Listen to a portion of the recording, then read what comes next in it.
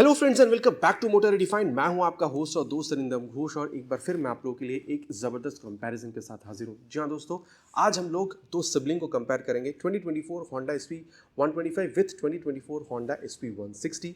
नाम में दोस्तों SP कॉमन है जो कि बहुत ज़्यादा अपनी रिलायबिलिटी के लिए फेमस है।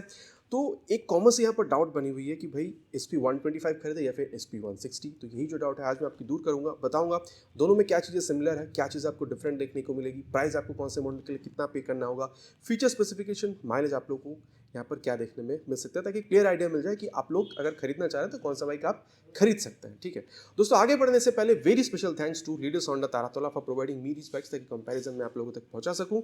वेस्ट बंगाल के हावड़ा हुगली कोलकाता में अगर आप रहते हैं, कोई भी आप होंडा की प्रोडक्ट खरीदना चाहते हैं, शोरूम को आप कॉन्टैक्ट बिल्कुल कर सकते हैं। डिटेल्स अभी आपको आपके स्क्रीन पर दिख गई होगी। तो चलिए दोस्तों शुरू करते हैं। और हर वीडियो की तरह दोस्तों की के साथ ही शुरुआत होनी चाहिए। अगर आप लोग यहाँ पर SP 125 में देख रहे हैं तो कुछ इस तरीके की जो की है वो आप लोग को यहाँ पर मिल रहा है। बाकी ये फोकस होने में थोड़ी सी लेट हो रही थी। अब अगर आप SP 160 में आ रहे हैं तो यहाँ पर भी आप लोगों को की मतलब वेव की वगैरह नहीं है, लेकिन आप देख सकते हैं यहाँ पर ये जो डिज़ाइनिंग वगैरह है होंडा जहाँ पर लिखी हुई है, ये आप लोगों को थोड़ी सी डिफरेंट देखने में मिल रही है। तो ये की दोस्तों करीबन आप लोगों को दोनों में सेम ही मिल रहा है। ठीक है, थोड़ी सी मतलब उसकी स्टाइल में अब थोड़ी सी आपको चेंज नज़र आएगी। अब जब आप इसकी फ्रंट देख रहे हैं दोस्तों, तो यहाँ पर आप लोगों को चीज़ें काफ़ी सिमिलर महसूस होगी। अगर आप यहाँ पर ये वाइज़र वगैरह देख रहे हैं, चाहे यहाँ पर ये SP 160 हो, चाहे यहाँ पर आप लोगों को ये SP 125 देखने में मिल रहा हो, तो दोनों में ही काफ़ी आपको सिमिलर ही देखने में मिल रहा है। अब अगर आप इसकी हेडलैम्प देखते हैं दोस्तों, तो भले आप लोगों को दोनों देखने में बिल्कुल ही सेम लगे, लेकिन थोड़ी सी डिफरेंस है।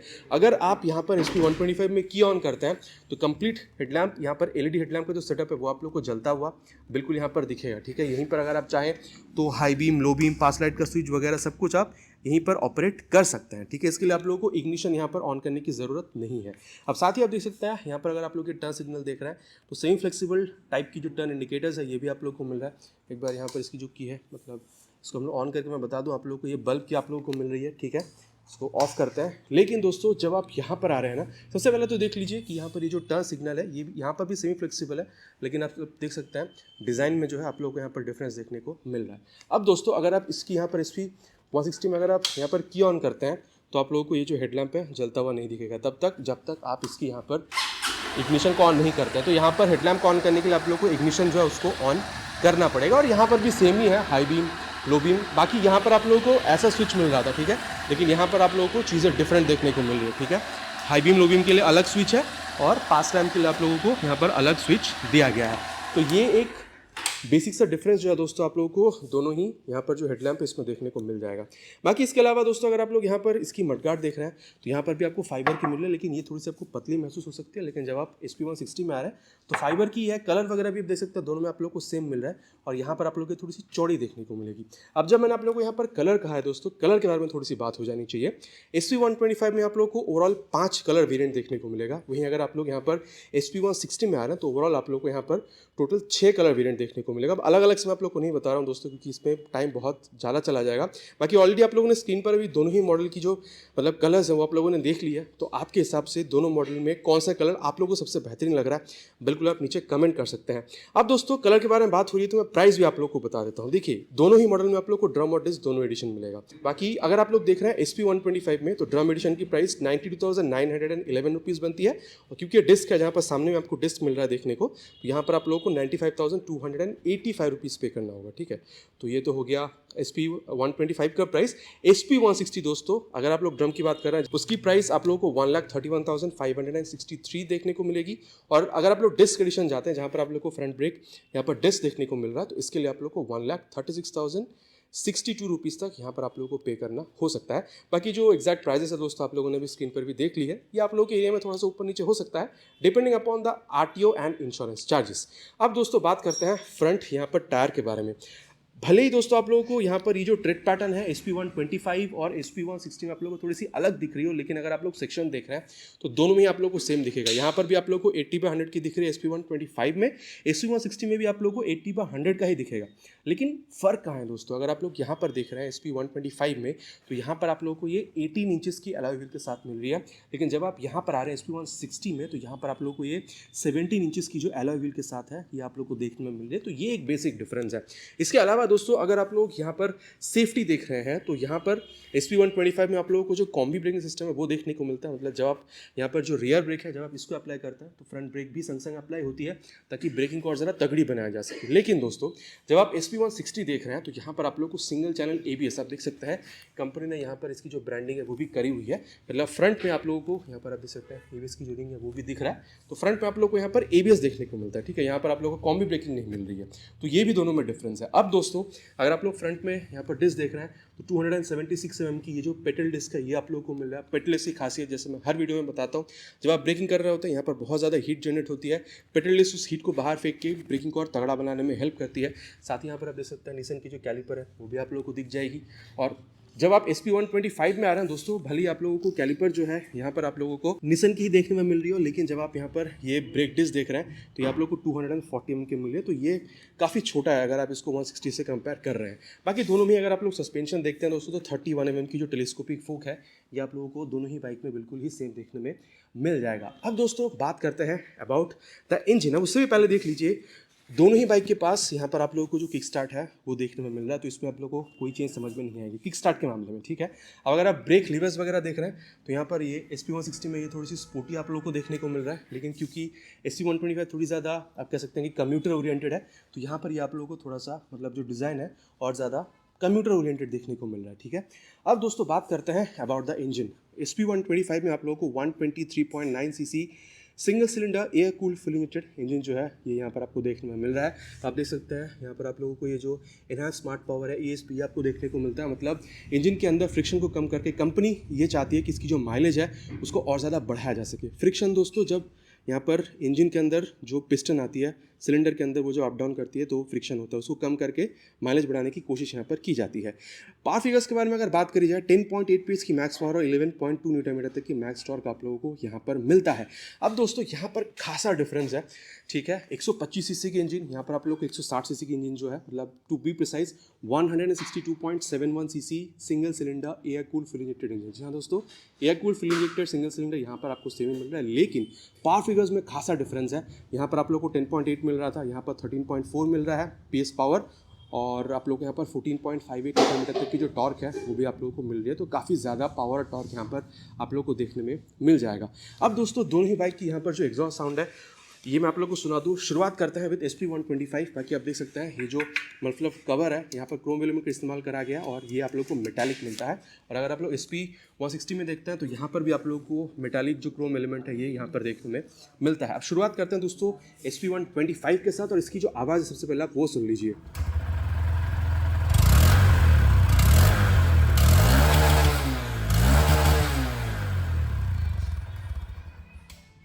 तो ये दोस्तों आवाज़ आप लोगों ने सुन ली है SP125 की। अब दोस्तों बारी है SP160 की। इसकी जो आवाज़ है दोस्तों वो भी आप लोग सुन लीजिए।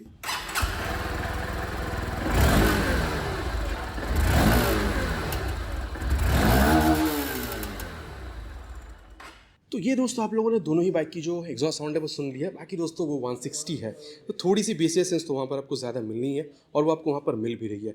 अब बात करते हैं दोस्तों दोनों ही बाइक की यहाँ पर जो रियर सेक्शन है इसके बारे में। अब दोनों की जो की है दोस्तों उसको मैं यहाँ पर दोबारा ऑन करना चाहूँगा ताकि रियर सेक्शन के बारे में आप लोगों को बता सकूँ।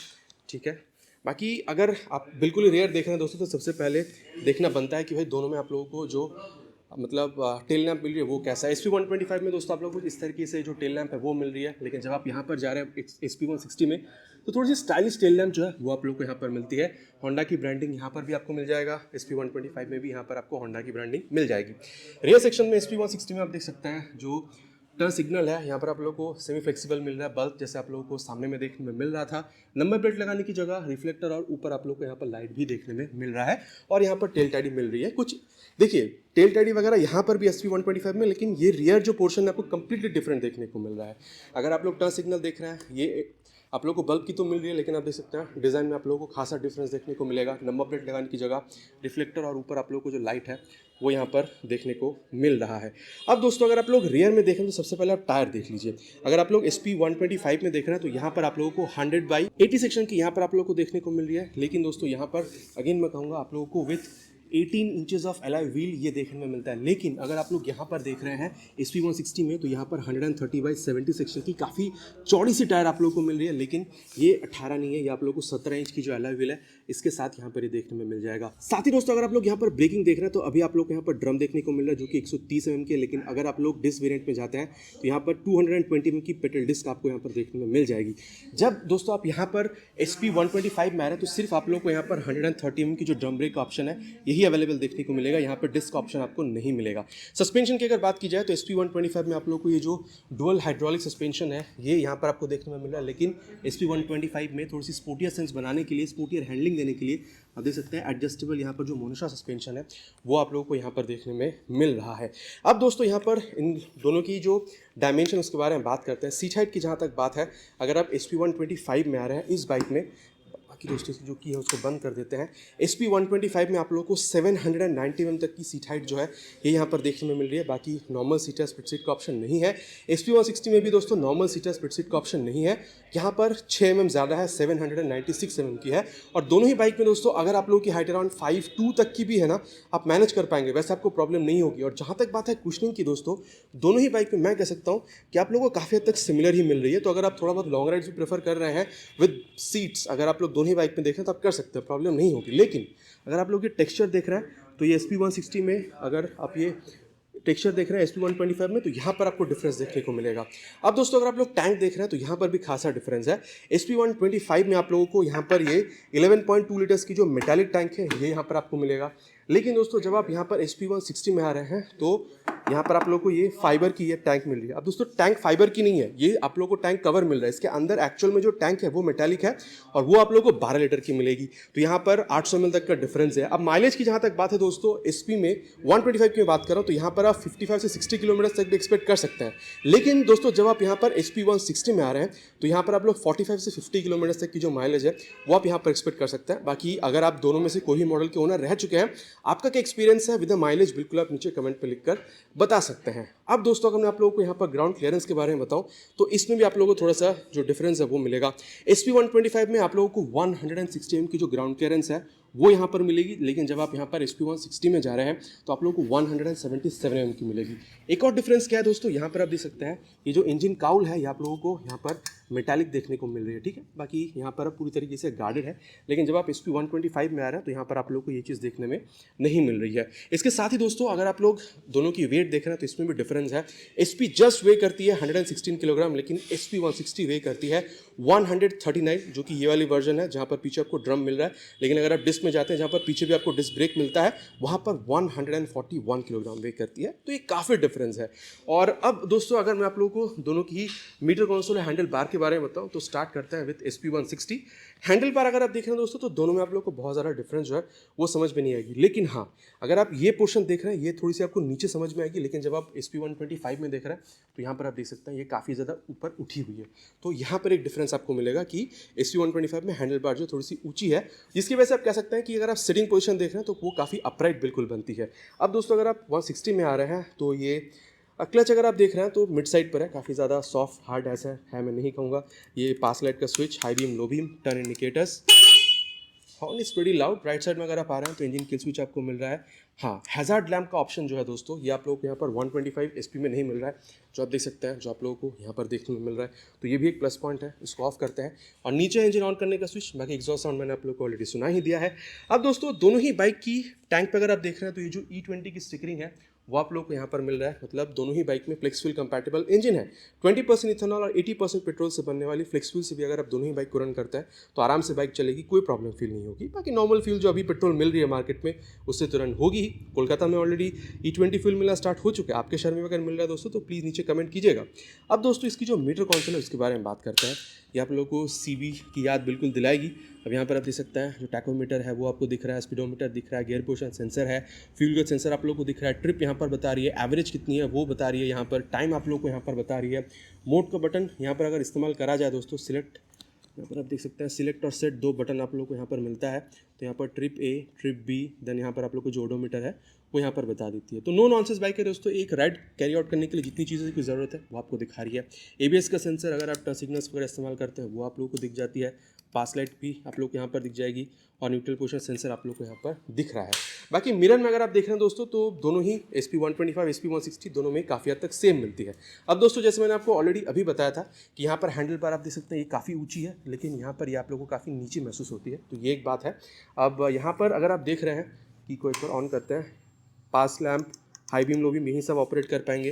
देन ये टच सिग्नल वगैरह यहाँ से होती है और इसकी थोड़ी सी धीमी है अगर आप साउंड देखते हैं। बाकी इंजन किल स्विच और इंजन स्टार्ट करने का स्विच यहाँ पर आपको इंटीग्रेटेड मिलता है और बाकी CV वाले मॉडल में भी आपको काफ़ी हद तक यही चीज़ देखने में मिलती है।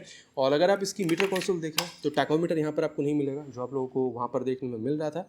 यहाँ पर आप देख सकते हैं fuel gauge sensor, speedometer, trip जो है दोस्तों वो भी आप लोगों को यहाँ पर दिखा देगी। देन गियर पोजीशन सेंसर आप लोगों को मिलता है, ओडोमीटर आप लोग को यहाँ पर मिलेगा। सिलेक्ट का बटन अगर इस्तेमाल करा जाए तो trip A, trip B, then यहाँ पर जो एवरेज वगैरह है वो सारी चीज़ें आपको दिखा देती है, आप देख सकते हैं यहाँ पर फॉर ट्रिप A। देन जो रेंज है डिस्टेंस टू एम्प्टी वो भी आप लोगों को यहाँ पर ये बता देती है। न्यूट्रल पोजीशन सेंसर वगैरह जो है ये सारी चीज़ें आप लोग को यहाँ पर दिखती है।